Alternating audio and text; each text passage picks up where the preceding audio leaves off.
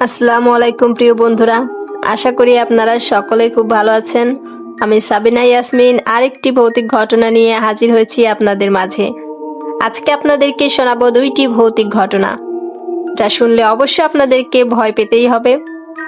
মজার এবং সব থেকে ভয়ঙ্কর ঘটনা রয়েছে আজকের এই দুইটি ঘটনাতে। আজকে আপনাদেরকে শোনাবো প্রথমে যে ভূতের ঘটনা, তা হলো মাথা কাটা ভূত নিয়ে। তো বন্ধুরা, এই মাথা কাটা ভূত গ্রামের একটি শেওড়া গাছের নিচে থাকতো। গ্রামের সবাই বলা বলি করে ওই মাথা কাটা ভূত নাকি তার মাথাটা খুঁজে বেড়ায়। গাছটার আশেপাশেই সে সব সময় থাকে, তাই লোকেরা ভয়ে সেই গাছের নিচে কখনোই যেত না। তবে রিফাত নামের একটি ছেলে সাহস করে ওই রাস্তা দিয়ে যাওয়ার। তো বন্ধুরা, এরপরে রিফাতের সঙ্গে ঠিক কি কি ঘটনা ঘটে তা জানতে হলে অবশ্যই আমাদের পুরো ভিডিওটি দেখতে থাকুন। এবার আমি মূল ঘটনায় চলে যাব। রাত তখন প্রায় 2টো বাজে। আকাশে চাঁদ মেঘে ঢাকা, হালকা বাতাস বইছে গ্রামের মাঝের পুরনো রাস্তা দিয়ে। রাস্তাটা পাশে ছিল এক বিশাল ক্ষেত আর একটা শেওড়া গাছ, যার ডালে ঝুলে থাকা শুকনো পাতাগুলো হালকা হাওয়ায় কেঁপে উঠেছিল। গ্রামের মানুষ এই রাস্তা দিয়ে রাতে হাঁটতো না। সবাই বলতো ওই গাছটার নিচে মাথা কাটা এক ভূত থাকে, মাথাটা খুঁজে বেড়ায়। তবে কেউ ঠিক করে দেখেছে কিনা এমন কেউ ছিল না, যতদিন না রিফাত নামের এক কলেজ ছাত্র সাহস করে রাতে ওদিক দিয়ে হাঁটতে শুরু করলো।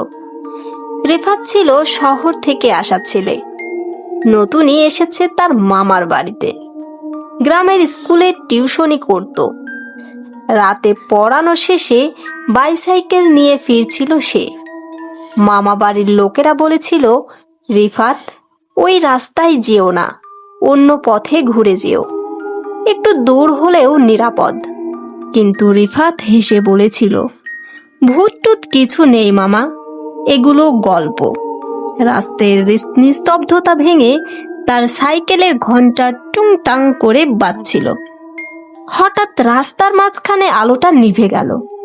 সাইকেলের হেডলাইট টিম টিম করে নিভে গেল, যেন কেউ হাত দিয়ে ঢেকে দিল। চারদিকে এক অদ্ভুত ঠান্ডা নেমে এলো। বাতাস থেমে গেল। রিফাত দাঁড়িয়ে পড়ল, কাপা গলায় বলল, কে কে আছো? উত্তর নেই, কিন্তু শেওড়া গাছটার নিচ থেকে হঠাৎ একটা আওয়াজ, আমার মাথা দেখেছো? রিফাতের বুক ধক করে উঠল। আলোটা আবার জ্বলে উঠল। সে দেখল গাছের নিচে এক মাথাবিহীন দেহ দাঁড়িয়ে আছে। রক্তে ভেজা গলা, কাটা অংশটা এমন ভাবে কাঁপছে যেন কেউ এখনই মাথাটা ছিঁড়ে ফেলেছে। আর তার পাশে মাটিতে গড়িয়ে পড়ে আছে একটা মাথা, চোখ দুটো খোলা, ঠোঁটে হালকা হাসি। রিফাতের গলা শুকিয়ে গেল। সাইকেল চালিয়ে পালাতে যাবে, এমন সময় পেছন থেকে একটা ঠান্ডা বাতাস এসে ফিস ফিস করে বলল, তুমি আমার মাথা দেখেছো তো? তারপর হঠাৎ কেউ তার কাঁধে ঠান্ডা হাত রাখলো। সে ঘরে দাঁড়াতেই দেখলো সেই দেহটা তার পিছনে, আর মাটিতে পড়ে থাকা মাথাটা নিজেই গড়িয়ে গিয়ে দেহটা ঘাড়ে উঠতে চাইছে। রিফাত এক চিৎকার দিয়ে জ্ঞান হারিয়ে ফেলল।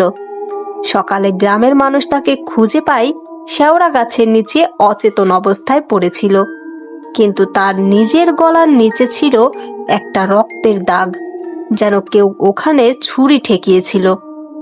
পরের রাতে রিফাত জেগে উঠে বলে, আমি এখন ওর কণ্ঠ শুনি। সে বলে, তার মাথা আমি লুকিয়ে রেখেছি, কিন্তু কেউ তাকে বিশ্বাস করে না। রিফাত সেই রাতের পর থেকেই অন্য মানুষ হয়ে গেল। দিনে নরম, চুপচাপ, কিন্তু রাতে সে হঠাৎ জেগে উঠত।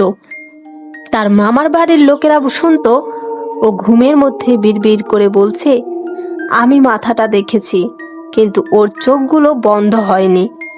মামা তাকে অনেকবার জিজ্ঞেস করেছেন, কি দেখেছিলি রে রিফাত? রিফাত শুধু ফিসফিস করে বলতো, ওটা মানুষ না, ওর চোখ আমার দিকে তাকিয়ে হাসছিল। তবে ঘটনা এখানেই থামেনি। তৃতীয় দিন সকালে গ্রামের লোকেরা শুনল শেওড়া গাছটার নিচে একজন কৃষকের মৃতদেহ পাওয়া গেছে। মাথা নেই, গলার জায়গাটা পরিষ্কার করে কাটা, ঠিক যেভাবে রিফাতের স্বপ্নে দেখার দেহটা ছিল। গ্রাম জুড়ে তোলপাড় শুরু হলো। সবাই বলল মাথা কাটা ভূত ফিরে এসেছে।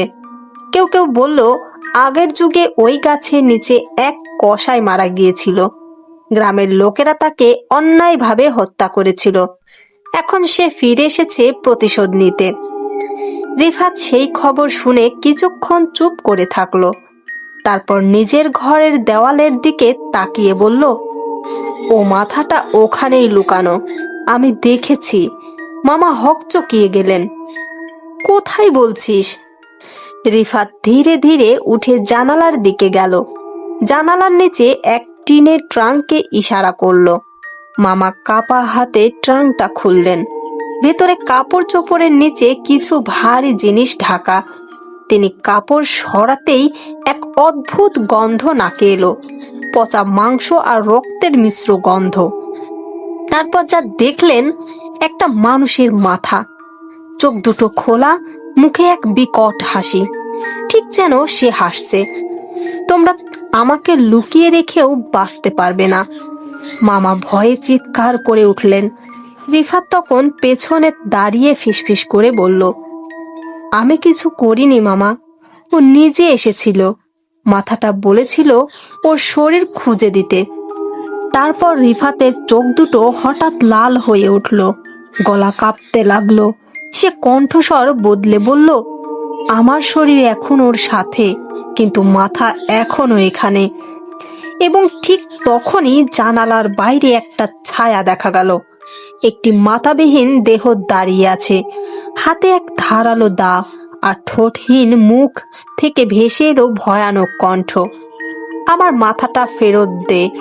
বাতাস নিস্তব্ধ। কুকুরগুলো একসাথে হাউমাউ করে উঠল, আর ঘরের আলো নিজে থেকেই নিভে গেল।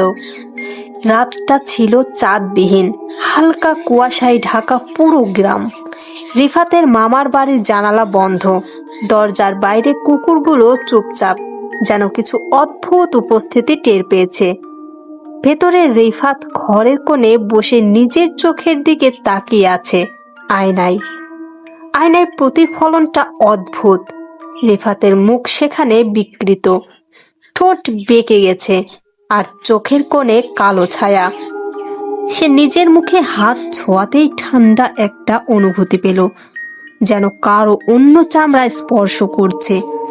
তার গলা থেকে একটা কণ্ঠ বেরোলো, কিন্তু সেটা রিফাতের না। তুই আমাকে মুক্তি দে, আমার মাথা আমার শরীর চাই। সে চমকে পিছিয়ে গেল। ঘরের ভেতরে তখন আলো নেই, শুধু জানালার ফাঁক দিয়ে ঢুকছে চাঁদের ম্লান আলো। ট্রেনের টাংটা নিজে থেকেই কেঁপে উঠল, ভেতর থেকে যেন কিছু ঠক ঠক করে বাজছে। মামা তখন অন্য ঘর থেকে ডাকলেন, রিফাত, তুই ঘুমাসনি? কোনো উত্তর নেই। তিনি এগিয়ে এসে দরজায় টোকা দিলেন। দরজা ভিতর থেকে বন্ধ। হঠাৎ ঘরের ভেতর থেকে কর্কশ হাসির আওয়াজ। আমি ঘুমাই না, আমি জেগে আছি তোমাদের মধ্যেই। দরজা ভেঙে মামা ঢুকলেন। আলো জ্বালাতেই তিনি দেখলেন রিফাত নেই, কিন্তু ট্রাঙ্কটা খোলা, আর মেঝেতে রক্তের দাগ ছড়ানো। দাগগুলো গিয়ে থেমেছে জানালার নিচে।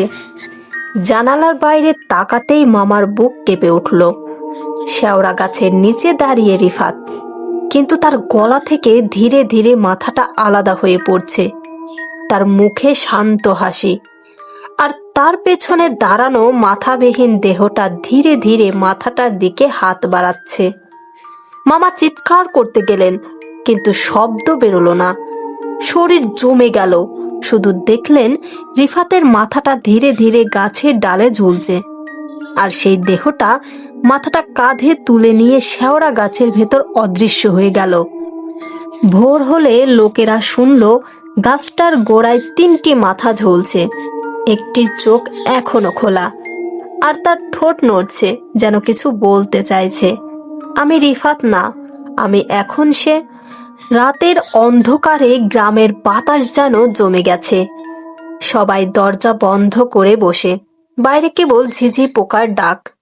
তবে কেউ জানে না সেই রাতে শেওড়া গাছের নিচে অন্য এক জগৎ খুলে যাচ্ছে। রিফাতের মামা 3 দিন ধরে নিখোঁজ। তার ঘরে শুধু একটা পুরনো তাবিজ পাওয়া গেছে, তাতে শুকনো রক্ত লেগে আছে। গ্রাম্য ওঝা একদম কদম আলী তাবিজটা দেখে বলল, এই রক্ত মানুষ না, এটা অশরীরীর দাগ, যার সঙ্গে মাথা কাটা ভূতের সম্পর্ক। সে রাতে কদম আলী ও 2 জন লোক মশাল হাতে গেল শেওড়া গাছের নিচে। গাছটার শিকড়গুলো এমনভাবে মোচড়ানো যেন তার নিচে কিছু লুকানো আছে। কদম আলী মাটিতে হাত দিয়ে কিছু একটা খোঁজার চেষ্টা করলো। হঠাৎ তার আঙুলের নিচে পড়লো এক ঠান্ডা নরম জিনিস। সে টান দিতেই উঠে এলো একটা মানুষের চুলে ঢাকা মাথা। লোকগুলো চিৎকার করে উঠল, কিন্তু কদম আলী শান্ত গলায় বলল, ভয় পেও না, ওরা এখানে বেঁচে আছে মাটির নিচেই। ঠিক তখনই গাছটা কেঁপে উঠল। মাটির নিচ থেকে একের পর এক হাত বেরোতে লাগলো, মৃত মানুষের হাত। নখগুলো লম্বা, কালো, হাতে ধরা শুকনো রক্ত। আর তারা ফিসফিস করে বলছে, আমাদের মাথা ফেরত দাও। কদম আলী মন্ত্র পড়ে মশাল উঁচিয়ে ধরল, কিন্তু হঠাৎ বাতাসের ঝাপটায় মশাল নিভে গেল। চারদিক অন্ধকার, শুধু গাছের ডালে রিফাতের মুখ ভেসে উঠল। চোখ দুটো জ্বলছে লাল, আর সে বলল, গাছটা আমার নয়, আমি গাছটার ভেতরে আছি, এখানেই ওদের ঘর।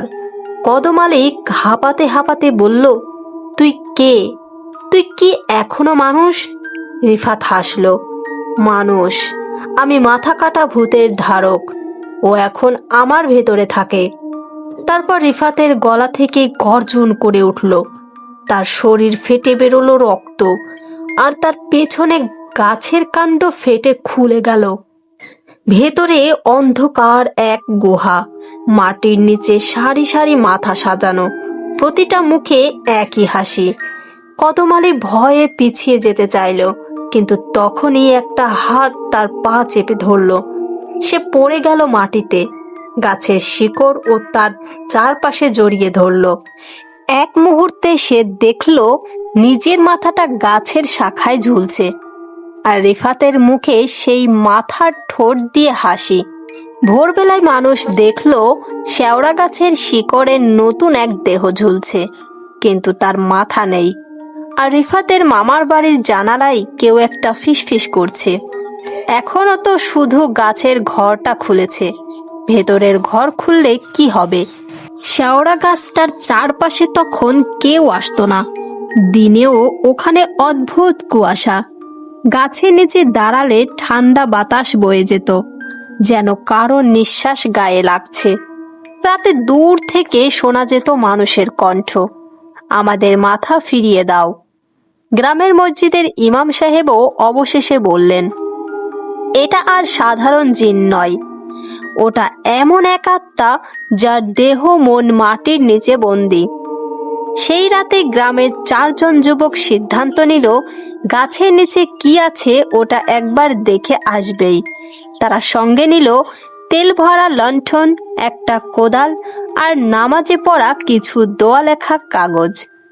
গিয়ে দেখে গাছের নিচে মাটি একটু উঁচু হয়ে আছে, যেন ভিতরে কিছু লুকানো। তারা কোদাল দিয়ে খুঁড়তে লাগলো। কোদাল মাটিতে পড়লেই গাছটা হালকা কেঁপে উঠল।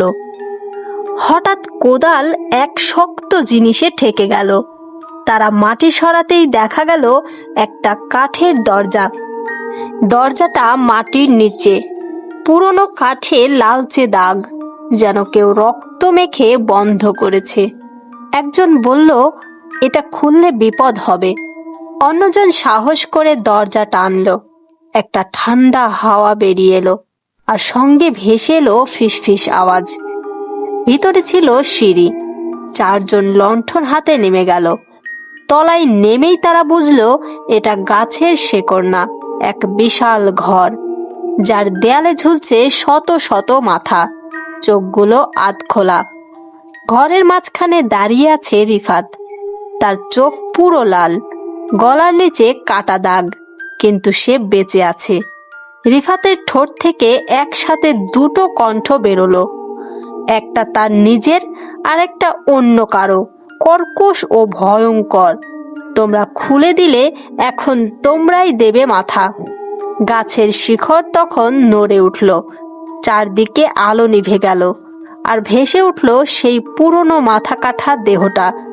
এবার তার হাতে রক্ত মাখা দা। সে একে একে চারজনের দিকে এগিয়ে গেল। লণ্ঠনের আলো নিভে যাওয়ার আগেই দেখা গেল চারটে মাথা মাটিতে গড়িয়ে পড়ছে, আর রিফাতের পেছনের দেয়ালে নতুন চারটি ছিদ্র তৈরি হচ্ছে, যেখান থেকে এখন রক্ত টপ টপ করে পড়ছে। ভোরবেলা গ্রামের মানুষ দেখল শেওড়া গাছের গোড়ায় নতুন চারটি মাথা ঝুলছে, আর গাছের ডাল থেকে ভেসে আসছে এক ঠান্ডা কণ্ঠ, আরো দরজা আছে, আরো ঘর খুলতে হবে। রিফাত আর দেখা যায়নি, কিন্তু মাঝরাতে গাছের নিচে গেলে এখনো শোনা যায় দুটো কণ্ঠ মিলে বলছে, মাথা কাটা আমি নই, আমি সেই গাছের আত্মা। শেওড়া গাছটা এখন যেন জীবন্ত। রাতের বেলা তার ডালগুলো হাওয়ায় দুলে না, নিজেই নড়ে ওঠে, যেন কেউ ভেতর থেকে টানছে, দুলছে, আর প্রতিটি পাতার ফাঁক দিয়ে ফিস ফিস করে শব্দ আসে। এখনো সব মাথা ফেরেনি। গ্রামের মানুষরা এখন একে নরগাছ বলে ডাকে। ইমাম সাহেব কোরআনের আয়াত পড়ে গিয়ে গাছের নিচে ছুঁড়ে দিয়েছিল তাবিজ, কিন্তু তাবিজ ছোঁয়া মাত্র মাটির নিচ থেকে আগুনের মতো লাল আলো বেরিয়ে এসেছিল, এমন ভাবে যেন গাছটা চিৎকার করে উঠেছে। তখন এক বৃদ্ধ হাজী জানালেন এক পুরনো কাহিনী। এই গাছের নিচে অনেক বছর আগে এক পীরের মাজার ছিল। পীর সাহেব এক জিনকে বন্দি করে রেখেছিল, যে মানুষের মাথা কেটে জাদু করত। কিন্তু এক লোভী কসাই রাতে এসে মাজারের দরজা ভেঙে দেয়, সেই জিনকে মুক্ত করে ফেলে। তখন জিন পীরকে হত্যা করে তার মাথা কেটে এখানে পুঁতে রাখে, আর তার রক্তে জন্ম নেয় এই শেওড়া গাছ। বৃদ্ধের কথা শেষ হতেই গ্রামের লোকেরা বুঝল এটা কোনো সাধারণ ভূত নয়, এটা এক জিনের প্রতিশোধ, যে গাছের ভেতর বসে এখন নতুন শরীর খুঁজছে, নতুন মাথা সংগ্রহ করছে। রিফাত ছিল সেই দরজা খোলার প্রথম মানুষ। ওর শরীর এখন এই জিনের আধার। রাতের আধারে দেখা যায় গাছের গায়ে রিফাতের মুখ গলে গলে বেরিয়ে আসে, তার চোখে লাল আগুন, আর মুখে সেই একই হাসি, আরো দরজা খুলতে হবে, আরো মাথা লাগবে। এক রাতে গ্রামে বজ্রপাত হলো। আকাশের গর্জনে হঠাৎ আগুন পড়ল শেওড়া গাছে। মানুষরা ছুটে গেল দেখে, কিন্তু আগুনে গাছ না পুড়ে বরং গাছের কাণ্ড ফেটে খুলে গেল। ভেতর থেকে এক বিশাল কালো ছায়া উঠল আকাশে। ছায়াটার কোনো মুখ নেই, শুধু গলার নিচে ফাঁকা দাগ, আর রিফাতের মুখ গাছের এক অংশে আটকে কাঁদছে। আমাকে মুক্তি দাও, আমি ওকে থামাতে পারিনি। বজ্রপাত থেমে গেলে গাছটা নিঃশব্দ হয়ে গেল, কিন্তু তার শিকড় তখন গ্রামের দিকেই বাড়তে শুরু করলো, যেখানে মানুষের ঘর, বাচ্চার কবর, এমনকি মসজিদের দেয়াল পর্যন্ত পৌঁছে গেল। পরদিন সকালে দেখা গেল গাছের ছায়া পুরো গ্রাম ঢেকে ফেলেছে, আর যেই ছায়ায় দাঁড়িয়েছে তার মুখে দেখা যাচ্ছে কাটা গলার লাল দাগ। গ্রামের মানুষরা পালিয়ে গেল, কিন্তু রাতের দিকে বাতাসে শোনা গেল এক করুণ ডাক, আমি এখনো খুঁজছি আমার মাথা। তুমি যদি কোনো এই কণ্ঠ, তাহলে বুঝবে তুমিও গাছটার ছায়ায় পড়ে গেছো। গ্রামটার নাম এখন আর কেউ উচ্চারণ করে না, মানুষ একে বলে মাথাহীনপুর। শেওড়া গাছটা এখন গ্রামের মাঝে নয়, বরং পুরো গ্রামটাই তার ছায়ার নিচে। দিনেও আলো পড়ে না, পাখিরা উড়ে যায় না, আর বাতাসে এরকম পচা গন্ধ ছড়ায়, রক্ত আর ধোঁয়ার গন্ধ। রাতের শেষ প্রহরে দূরের এক মোল্লা, হাফেজ সাইদ, একদল মানুষ নিয়ে পৌঁছালেন ওই গ্রামে। তার হাতে ছিল কোরআন শরীফ, আর সঙ্গে ছিল আগুন জ্বালানো মশাল। তিনি বললেন, এই গাছের ভেতরে যে জিন আছে সে শুধু মানুষের মাথা নয়, বিশ্বাস খায়। তারা এগিয়ে গেল। গাছের নিচে তখন হঠাৎ একটা আওয়াজ, যেন হাজারটা ফিসফিসে কণ্ঠ একসাথে হাসছে। গাছের গায়ে রক্ত টপ টপ করছে, আর ডালগুলোর ফাঁক দিয়ে দেখা গেল রিফাতের মুখ। চোখ বন্ধ, কিন্তু ঠোঁট নড়ছে। থামো, ওকে ডাকো না, ও মুক্তি চায় না। হাফেজ সাইদ কোরআনের আয়াত পড়ে উচ্চ স্বরে বললেন, আল্লাহর নামে, যার হাতে সব আত্মার নিয়ন্ত্রণ, বেরিয়ে আয় অভিশপ্ত জিন। বাতাস গর্জে উঠল, গাছটা কাঁপতে লাগলো, যেন মাটি ফেটে যাচ্ছে। গাছের কাণ্ড ফেটে এক বিশাল কালো ধোঁয়া বেরিয়ে এলো। তার ভিতর থেকে মাথা কাটা দেহটা ভেসে উঠল, হাতে সেই পুরনো দা। তার কণ্ঠ গর্জে উঠল, আমি বন্দী ছিলাম শত বছর ধরে, তোমরাই খুলেছ দরজা, এখন তোমাদের মাথা হবে আমার বাহন। চারপাশের বাতাস ঘন রক্তে ভরে গেল। মানুষরা পালাতে লাগলো, কিন্তু ছায়া তাদের শরীর ঘিরে ফেলল। হাফেজ সাইদ দাঁড়িয়ে গেলেন দৃঢ় চোখে। তিনি কোরআনের শেষ সূরা পড়ে শেষ শব্দে আগুন মাটিতে ছুড়লেন। এক মুহূর্তে আগুন জ্বলে উঠল। গাছের ভেতর থেকে রিফাতের চিৎকার, আমাকে মুক্তি দাও! আর সেই কালো ছায়ার গর্জন, না, কেউ মুক্তি পাবে না। আকাশের বজ্রপাত গাছের মাথায় পড়ল, মাটি কাঁপে, আলো নিভে যায়, আর এক গন্ধে পুরো গ্রাম ঢেকে গেল। ভোর হলে দেখা গেল গাছটা ছাই হয়ে গেছে, রিফাতের দেহটাও নিখোঁজ। কিন্তু ছায়া এখন গ্রামের অন্য প্রান্তে এক নতুন গাছের নিচে ছড়িয়ে আছে। বছর পেরিয়ে গেছে, মানুষ এখনো বলে, যেদিন চাঁদহীন রাত আসে, শেওড়া গাছের ছাই থেকে হালকা কণ্ঠ ভেসে আসে, আমার মাথা এখনো পাইনি। আর যদি কেউ সেই রাতের বাতাসে নিজের নাম শুনে ফেলে, পরদিন সকালে তার গলার নিচে দেখা যায় কাটা দাগ। তো বন্ধুরা, এই মাথা কাটা ভূতের এই ঘটনাটি এখানেই শেষ হয়। আপনাদের কাছে এই গল্পটি কেমন লাগলো তা অবশ্যই কমেন্টে জানাবেন। যারা এখনো আমাদের চ্যানেলটি সাবস্ক্রাইব করেননি, অবশ্যই সাবস্ক্রাইব করবেন। যারা লাইক কমেন্ট শেয়ার করেননি, অবশ্যই লাইক কমেন্ট শেয়ার করবেন, এবং প্রত্যেক সপ্তাহে আমাদের সাথে থাকবেন, আমাদের গল্পগুলো শুনবেন। তো বন্ধুরা, আগেই বলেছি আপনাদেরকে আজকে ভৌতিক গল্প শোনাবো আপনাদেরকে দুইটি।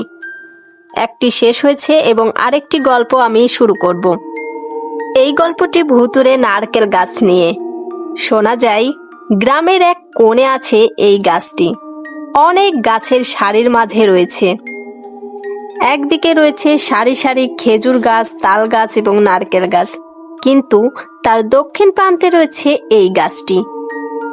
শোনা যায় এই গাছের নিচে যে দাঁড়ায় তার গাছে নাকি টপ করে একটা নারকেল পড়ে, এবং সেই নারকেল পড়ার সাথে সাথে নারকেল সহ তার মাথাটা ফেটে যায়।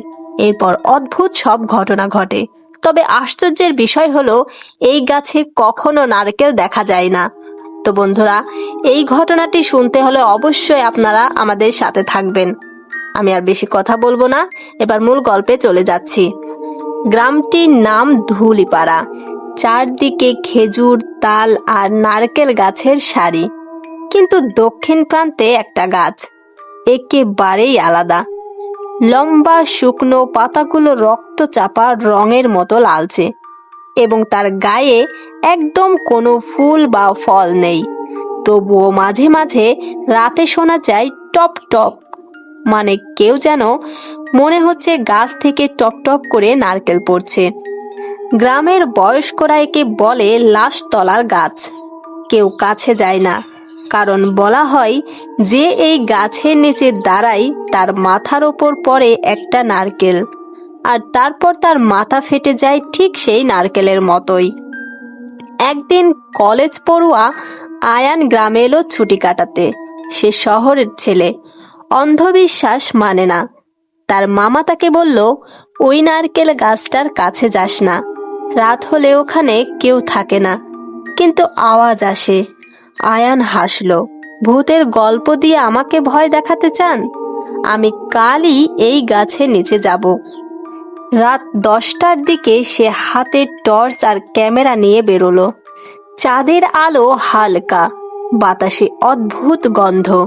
গাছটার নিচে পৌঁছে সে টর্চ ফেললো।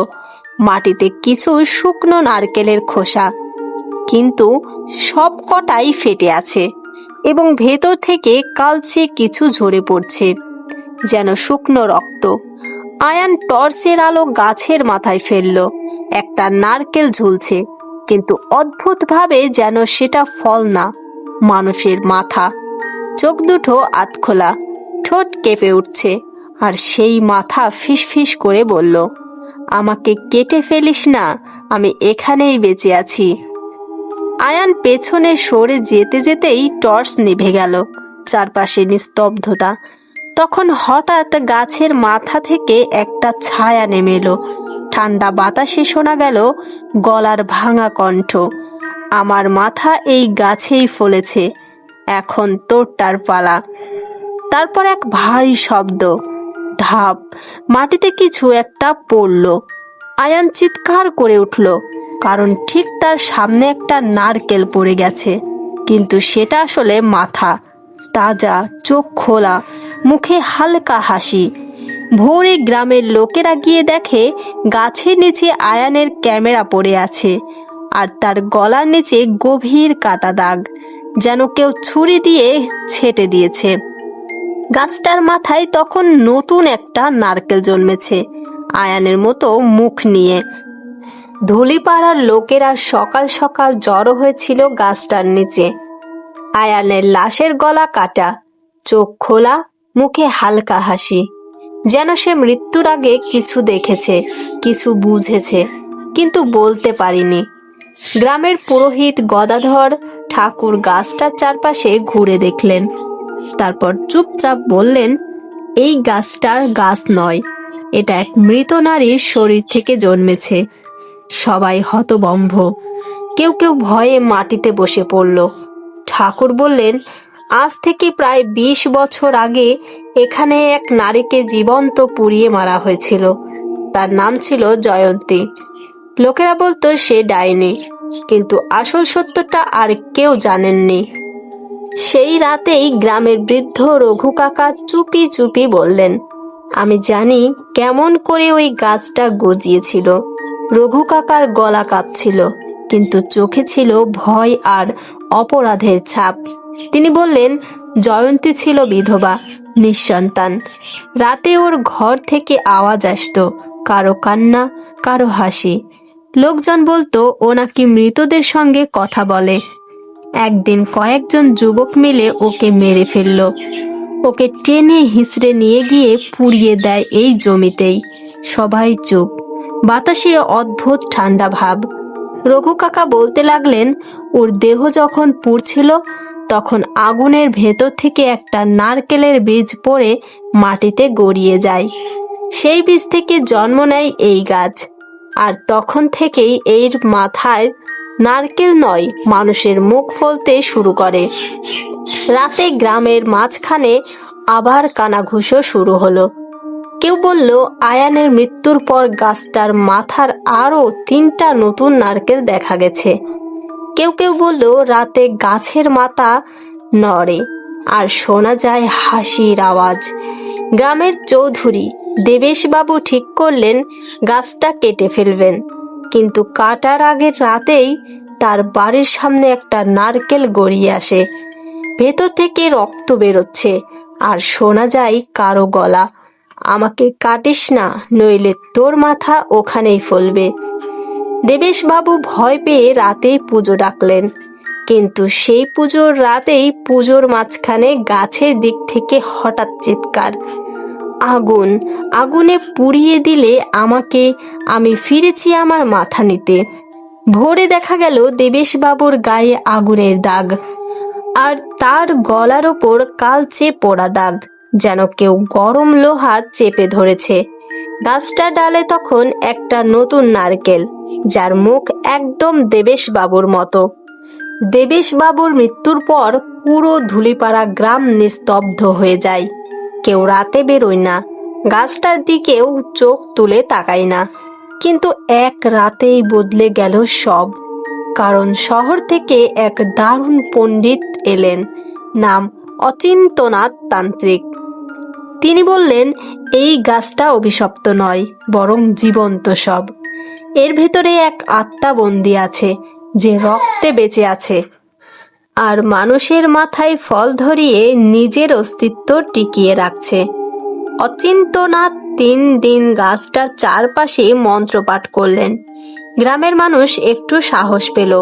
তৃতীয় রাতে তিনি এক বিশেষ রাত্রিকালীন পূজা শুরু করলেন। আকাশে ছিল পূর্ণ চাঁদ, চারপাশে ধূপ, আগরবাতির গন্ধ, আর আগুনের আলোয় গাছটা যেন কাঁপছিল। তিনি উচ্চ স্বরে বললেন, যে আত্মা এই গাছে বন্দি, নিজেকে প্রকাশ করো। হঠাৎ বাতাস থেমে গেল, পাতাগুলো নিস্তব্ধ, কিন্তু গাছের গায়ে হালকা ফাটল দেখা গেল, আর ভেতর থেকে এক নারী কণ্ঠ, আমি জয়ন্তী, আমার রক্তে এই গাছ জন্মেছে, আমার যন্ত্রণায় এই নারকেল ফলেছে, আমি ছেড়ে যেতে পারবো না। অচিন্ত্যনাথ মন্ত্র পড়ে বললেন, তুমি মুক্তি চাও নাকি প্রতিশোধ? আকাশে বজ্রপাত, গাছের মাথা থেকে নারকেলগুলো একে একে পড়তে লাগলো, আর প্রতিটা ভাঙার সঙ্গে সঙ্গে মানুষের মুখ বেরিয়ে এলো। আয়ান, দেবেশ আর 3 জন অপরিচিত পুরুষ। তারা একসঙ্গে চিৎকার করে উঠল, ওরা মিথ্যে বলেছিল, জয়ন্তী ডাইনি ছিল না। অচিন্ত্যনাথ বিস্ময় জিজ্ঞেস করলেন, তাহলে কেন তোমাদের হত্যা করলো? জয়ন্তীর কণ্ঠ উত্তর দিল, ওরা আমার ঘরে ঢুকে আমার শরীর অপমান করেছিল, আমি তাদের থামাতে চেয়েছিলাম, তাই ওরা আমাকে ডাইনি বলে আগুনে পুড়িয়ে দিয়েছিল। তাদের আত্মা আমি এই গাছে বন্দি করেছি, আমার প্রতিশোধ শেষ হয়নি। এমন সময় এক তীব্র শব্দে বাতাস কেঁপে উঠল, গাছের শিকড় ফেটে মাটি থেকে বেরিয়ে এলো কঙ্কালসার হাত, আর সেই হাত অচিন্ত্যনাথের দিকে ছুটে গেল। তিনি চিৎকার করে উঠলেন, ও জয়ন্তী, আমি তোমাকে শান্তি দিতে এসেছি। কিন্তু তখনই গাছের পাতা জড়িয়ে তার গলা চেপে ধরল। তার চোখ উল্টে গেল, মুখ থেকে রক্ত ঝরতে লাগলো, আর কয়েক সেকেন্ডের মধ্যেই তার দেহ ঝুলে গেল গাছের ডালে। সকালে গ্রামের লোকেরা দেখলো গাছের মাথার আবার একটা নতুন নারকেল, আর সেই নারকেলের মুখে গোঁফ দাড়ি নিয়ে অচিন্ত্যনাথের মতো অবিকল মুখ। রাত নামতেই ধুলিপাড়ার আকাশে অদ্ভুত নীরবতা। কোনো পাখি ডাকছে না, কুকুর চেঁচাচ্ছে না, শুধু শেওড়া গাছের মতো নয়, নারকেল গাছের ভয়ানক ছায়া পুরো গ্রাম ঢেকে ফেলেছে। গ্রামের বাচ্চারা একে একে নিখোঁজ হতে লাগলো। শোনা মতো রাতে কেউ রাস্তা দিয়ে চললে হঠাৎ গাছের পাতার ফাঁক দিয়ে ঠান্ডা হাত ধরে নেয়। বাতাসে শোনা যায় ফিস ফিস আওয়াজ, আমার মাথা ফেরত দাও, তোমার রক্ত লাগবে। একদিন গ্রামের যুবক সোহেল সাহস করে গাছের কাছে গেল। তিনি গাছের নিচে দাঁড়াতেই দেখলেন মাটি কেঁপে উঠছে, আর নারকেলের ডাল নড়ছে নিজের মতো, যেন হাত দিয়ে টানা হচ্ছে। হঠাৎ এক নারকেল মাটিতে পড়ল, মুখ খুলে চিৎকার করে উঠল, ঠিক সোহেলের মতো। সোহেল চমকে কাঁপতে লাগলো, ফিসফিস আওয়াজ শোনা গেল, যদি তুমি পালাও, তুমি আমার পরবর্তী খাবার। সোহেল চিৎকার করে পালাতে চেষ্টা করলো, কিন্তু গাছের শেকড় যেন জীবিত হয়ে তার পা ধরে রাখলো। ডালগুলো নরম লাল রক্তে আচ্ছাদিত, আর গাছের ছায়া তার শরীরে নেমে এলো। চোখের সামনে সবকিছু অদ্ভুতভাবে পরিবর্তন হতে লাগলো। গাছের ভেতর থেকে বেরিয়ে এলো আয়ান, দেবেশ, অচিন্ত্যনাথ। তাদের মুখগুলো এখন নারকেলের মধ্যে আটকে, চোখ ফাঁকা, মুখে অদ্ভুত হাসি। তারা একসাথে বলল, তুমি এবার আমাদের সঙ্গে। মাথা কাটা গাছের অংশ। সোহেল চিৎকার করে এক কোণে লুটপুট হয়ে পড়ল। তার গলা কেটে গেছে, কিন্তু রক্তের বদলে বেরোচ্ছে কালচে দাগ। এবং গাছের ডালে নতুন একটি নারকেল জন্ম নিল, যার মুখ সোহেলের মতো, চোখ ফাঁকা, ঠোঁট নড়ছে, যেন ফিসফিস করছে। আমার পালা শেষ হয়নি। ভোরে গ্রামের মানুষরা আর সাহস করে দেখতে গেল না। গাছটা তখন সম্পূর্ণ এক অদ্ভুত ছায়ায় ঢাকা। শুধু রাত্রে শোনা যায় সেই ফিসফিস, আরো দরজা আছে, আরো মাথা লাগবে। গ্রাম ধলিপাড়ায় ভয় এখন নিয়মিত অতিথি। যে কেউ রাতে বাইরে যায়, তার পায়ের নিচে হঠাৎ ঠান্ডা হাত লাগে। বাতাসে ফিসফিস করে আওয়াজ আসে, আমার মাথা, আমার রক্ত। সোহেল এখন নারকেলের নতুন মুখ হয়ে গাছের ডালে ঝুলছে। রাত্রে তার কণ্ঠ ফিসফিস করে নতুন শিকার খুঁজছে। এবার লক্ষ্য করলো গ্রামের ছোট্ট শিশুদের দিকে তাকানো। শোনা যায় গাছের ছায়া ধীরে ধীরে বাড়ি ঢুকছে, শিশুদের ঘুমের মধ্যে আঘাত করছে। একদিন গ্রামের বৃদ্ধ রঘু কাকা আর একাধিক যুবক সিদ্ধান্ত নিল, আমরা শেষবার চেষ্টা করব, গাছকে ভেঙে ফেলব। তারা নিয়ে এলো আগুন, লাঠি, ছুরি আর পুজোর তাবিজ। রাত্রে গাছের কাছে গেলে গাছ হঠাৎ জীবন্ত হয়ে উঠল। শিকড় মাটির উপরে উঠে ছায়া পুরো গ্রাম ঢেকে ফেলল। নারকেলগুলো যেন জীবন্ত চোখ দিয়ে তাকাচ্ছে। একটি নারকেল মাটিতে পড়ল, চোখ খোলা, মুখ ফিস ফিস করে বলছে, তোমাদের রক্ত লাগবে। রঘু কাকা মন্ত্র পাঠ শুরু করলো। তাবিজ বাতাসে উড়ে গেল। এখন আগুন জ্বালানো লণ্ঠন জ্বলতে লাগলো, কিন্তু গাছের ছায়া এমন ভাবে তাদের চারপাশে জড়িয়ে ধরল, যেন বাতাসের শক্তি আর মানুষ এক নয়। সবার শরীর কেঁপে উঠল। হঠাৎ শোনা গেল আয়ান, দেবেশ এবং সোহেলের ফিসফিস, আমরা এখন এই গাছের অংশ এবং তোমার পালা। রঘু কাকা শেষ মন্ত্রপাঠ করেও আর কিছু করতে পারল না। গাছের ডালে নতুন একটি নারকেল জন্ম নিল। এবার গ্রামের কেউ অজানা যুবক মুখে আটকে গেল, আর সেই যুবকের চোখ দিয়ে গাছের ছায়া ছড়াচ্ছে নতুন শিকার খুঁজতে। ভোরবেলা গ্রামে কেউ সাহস করে গাছের দিকে তাকায় না, শুধু দূর থেকে শোনা যায় ফিসফিস, আরো দরজা আছে, আরো মাথা লাগবে। গ্রাম ধুলিপাড়া এখন পুরোটাই ছায়ার জালে ঢাকা। কেউ রাতে বাইরে বেরোয় না। যারা সাহস করে গাছের কাছাকাছি যায়, তাদের শরীর হঠাৎ ঠান্ডা হয়ে যায়, আর গাছের ছায়া যেন তাদের মনোবল চুষে নিচ্ছে। রঘু কাকা এবং কিছু যুবক চেষ্টা করেছিল গাছ ভাঙতে, কিন্তু প্রতিবারই গাছ বেঁচে ওঠে। নারকেলের মুখগুলো নতুন চেহারা নিয়ে জন্ম নেয়। এবার লক্ষ্য করলো, গাছ শুধু মানুষের মাথা নয়, তার ছায়া মানুষের আত্মার উপর আধিপত্য বিস্তার করছে। যে ছায়ার নিচে পড়ে, সে আর নিজের নয়। এক রাতে গ্রামের এক যুবক মিলন সাহস করে গাছের কাছে গেল। শোনে ফিস ফিস, আমার মাথা ফেরত দাও, না হলে তোর আত্মা আমার নতুন মাথা হবে। মিলন পিছু হটে চেষ্টা করলো দৌড়ে পালাতে, কিন্তু গাছের শিকড় যেন জীবন্ত জাল হয়ে তার পায়ের চারপাশে জড়িয়ে ধরল। গাছের ডালে নতুন নারকেল ঝুলল, যার মুখ মিলনের মতো। মিলনের আত্মা সেই নারকেলের ভিতরে আটকে গেল। গ্রামের বাকি লোকেরা এখন এক টানা ভয় আর আতঙ্কে ভুগছে। গাছের ছায়া রাতে বাড়ির ভিতরে ঢুকে যায়। শিশুদের ঘুমের মধ্যে ফিসফিস করে কণ্ঠ, আমার মাথা এখন আরো বড়, তোমাদের রক্ত লাগবে। রঘু কাকা অবশেষে বাকি লোকদের নিয়ে এক বিশেষ পূজা শুরু করলেন। তারা আগুন জ্বালালেন, মন্ত্রপাঠ করলেন, কিন্তু গাছের ডালগুলো এমন ভাবে নড়ল যেন আকাশে হাত বাড়াচ্ছে। ছায়া পুরো গ্রাম ঢেকে ফেলল। গাছের ডাল থেকে একবারে অনেক নারকেল পড়ল। মুখগুলো একে একে মানুষের মতো, চোখ ফাঁকা, ঠোঁট নড়ছে। গাছের আওয়াজ ফিসফিসে মিশল, আমি শুধু প্রতিশোধ চাই না, আমি বাঁচতে চাই, আমি সম্প্রসারণ চাই। রাত্রি শেষ হলে দেখা গেল নতুন কয়েকজন যুবক নিখোঁজ, আর নারকেলের মুখ নতুন চেহারায় জন্ম নিল। গ্রামের মানুষ বুঝলো এই গাছের ছায়া কখনো হেরে যাবে না। গ্রাম ধুলিপাড়ায় এখন নিস্তব্ধ, অন্ধকারে ঢাকা। গাছের ছায়া রাতের আকাশকে ঢেকে ফেলেছে, শুধু ফিসফিস শব্দ শোনা যায়। আরো দরজা আছে, আরো মাথা লাগবে। গাছের ডালে ঝুলছে শত শত নারকেল, যার চোখ ফাঁকা, মুখ কেঁপে ওঠে ফিসফিসে। এবার লক্ষ্য করল গ্রামের এক যুবক রিয়ান। রাত্রে ঘুমোতে গেলে তার শরীরে হালকা ঠান্ডা বাতাস লেগে গেল। ছায়া ধীরে ধীরে রিয়ানের দিকে এগোতে লাগলো। ফিসফিস আওয়াজে শোনা গেল, তোমার পালা এসেছে মাথা কাটা গাছের নতুন অংশ হতে।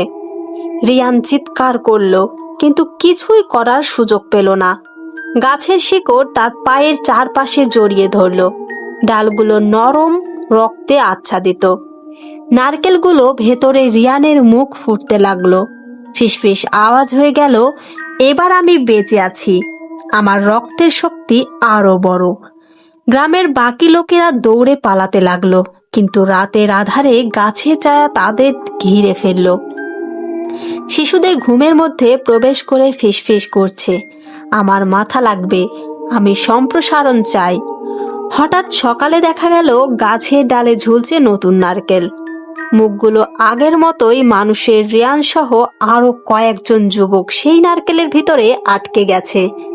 রঘু কাকা বললেন, এই গাছ আর কখনো পুরোপুরি মারা যাবে না, ছায়া এখনো বেঁচে আছে, এবং যে কেউ রাতে গাছের নিচে দাঁড়াবে তার পরবর্তী শিকার হয়ে যাবে।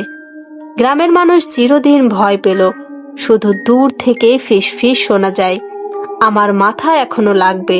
যদি তুমি শোনো এই কণ্ঠ, বুঝে পেল যে তুমি পরের মুখ হতে পারো। তবে এই সব কিছু শেষ করতে একজন ছেলে সাহস করে এলেন ওই গ্রামে, যে ওই নারকেল গাছের এই মৃত্যু খেলা শেষ করবে। নাম ছিল ছেলেটির নূর ইসলাম। সে অনেক কিছু জানতো, সে বিশ্বাস করত যে করেই হোক সে এই খেলা শেষ করতে পারবে, এই মৃত্যুর খেলা। সে গ্রামের কিছু লোকদের সাথে নিয়ে হাতে মশাল এবং কোরআন শরীফ নিয়ে সেই নারকেল গাছের কাছে গেল। কিন্তু সেখানে যাওয়ার সাথে সাথে সবকিছু যেন অদ্ভুতভাবে বদলে গেল। চারদিক থেকে কুয়াশায় ঢেকে গেল এবং ঠান্ডা বাতাস বইতে শুরু করলো। তারা খানিকটা ভয় পেলেও নূর ইসলাম সাহস করে এগোলো। নূর ইসলাম চারপাশে ঘুরতে থাকে এবং কোরআন শরীফ তেলাওয়াত করতে থাকে। সে সূরা আল বাকারা পড়া শুরু করলো। হঠাৎ চারপাশ অন্ধকার হয়ে এলো, গাছের পাতা ঝাঁকুনি দিতে লাগলো। এক ভয়ঙ্কর কণ্ঠস্বর বলল, তুমি কেন এসেছো? আমাকে বিরক্ত করছো কেন? নূর ইসলাম নির্ভয়ে বলল, তুমি আল্লাহর সৃষ্টি, কিন্তু আল্লাহর কোরআনের সামনে কারো টিকে থাকা নেই, তোমার এখান থেকে চলে যেতে হবে। সে আরো জোরে কোরআনের আয়াত পড়তে লাগলো। হঠাৎ এক ঝড়ের মতো আওয়াজ তুলে গাছ কেঁপে উঠল। তারপর সব যেন শান্ত হয়ে গেল। রাতের আধারে একটা ছায়া ধোঁয়ার মতো মিলিয়ে গেল। কিছুক্ষণে যেন সব কিছু নিস্তব্ধ হয়ে গেল। নূর ইসলাম এবং তার সাথীরা দেখল সব কিছু যেন শান্ত হয়ে গেছে। তারা আর কিছু না বলে চুপচাপ সেখান থেকে চলে গেল। পরদিন সকাল থেকে গাছের আশেপাশে কোনো অস্বাভাবিকতা আর দেখা গেল না। গাছটা আবার আগের মতো স্বাভাবিক হয়ে গেল। গ্রামের সবাই বলল, নূর ইসলাম শুধু সাহস নয়, আল্লাহর কালামের শক্তিকে, শয়তানকেও পরাজিত করেছে। এরপর থেকে গ্রামটিতে আর কোনো তোলপাড় হয়নি। গাছটিও স্বাভাবিক, গ্রামও শান্ত, আর কোনো মানুষের প্রাণও যায়নি। ভুতুরে নারকেল গাছের এই ভয়ানক ঘটনাটি এখানেই শেষ হয়। পরপর দুইটি ঘটনাটি আপনাদেরকে শোনালাম। আপনাদের কাছে কেমন লাগলো এই দুইটি ঘটনা তা অবশ্যই জানাবেন। তবে প্লিজ সাবস্ক্রাইব করুন যদি না করে থাকেন আমাদের চ্যানেলটি। লাইক কমেন্ট শেয়ারও করবেন। তো বন্ধুরা, আজকে এ পর্যন্তই। আগামী আবার পরের এপিসোডে দেখা হবে আপনাদের সঙ্গে। আজকে এই পর্যন্তই। আল্লাহ হাফেজ।